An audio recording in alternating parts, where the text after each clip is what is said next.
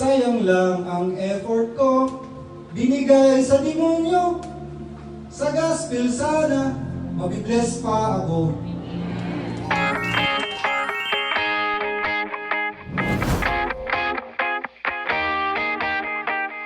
Kasi pag gumagawa tayo ng kasalanan, kasi ang kapangyarihan ng kamatayan nandun sa kasalanan. Pag gumagawa tayo nito, hindi natin pinapabago yung buhay natin. Nagpapatuloy tayo sa paggawa ng mali na alam na natin hindi totoo, mali talaga yun. Ginagawa pa rin natin.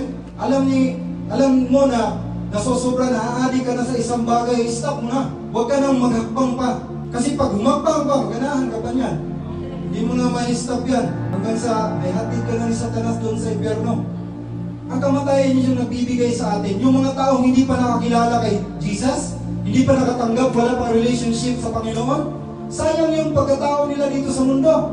Ipinanganak lamang sila, walang saysay, para mamatay lang.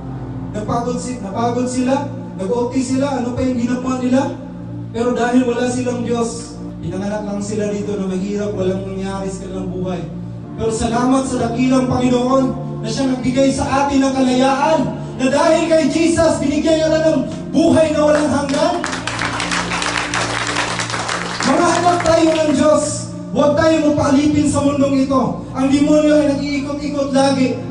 Natatanga na siya, hindi na nagbabasa ng Bible, hindi na nag-pray, hindi na nag-worship kay Lord. Okay, punta na ako. May games. Mali ka.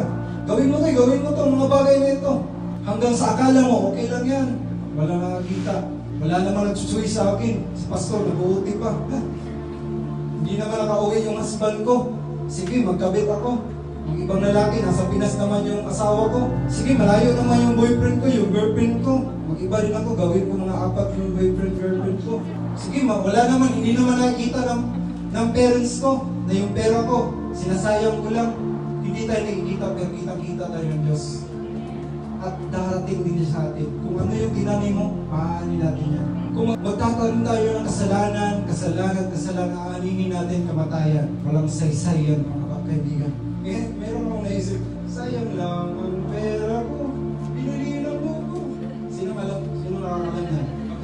Taas pala yung sayang lang ang pera ko, binili ng lubo. Pero ginawa mo yan. Sa pagkain sana, nabusog pa ako. Pero gagawin natin yan, in biblical way ha. Sayang lang ang effort ko, binigay sa demonyo. Sa gospel sana, mabibless pa ako.